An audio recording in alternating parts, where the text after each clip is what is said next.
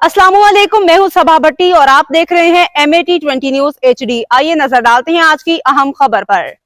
नाजरीन, अब रुख करते हैं जंड की तरफ, जहां से हमारे ब्यूरो चीफ अब्दुल हमीद मजरू की रिपोर्ट के मुताबिक दहशतगर्द मुल्क कौम के दुश्मन हैं। उनका कोई मजहब कोई दीन नहीं। उनके बेहतरी के लिए पाक फौज और सिक्योरिटी फोर्सेस पे पुरअज़्म है और उनकी कुर्बानियां रंग लाएंगी।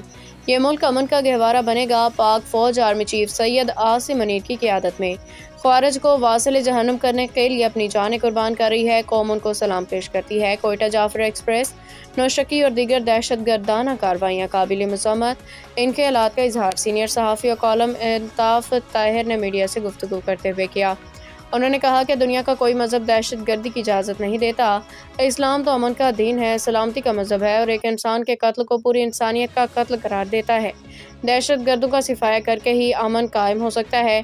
हमारी आवाज़ पाकिस्तान सिक्योरिटी फोर्सेस की कुर्बानियाँ रंग लाएंगी और दहशत गर्द वासले जहन्नुम होके रहेंगे।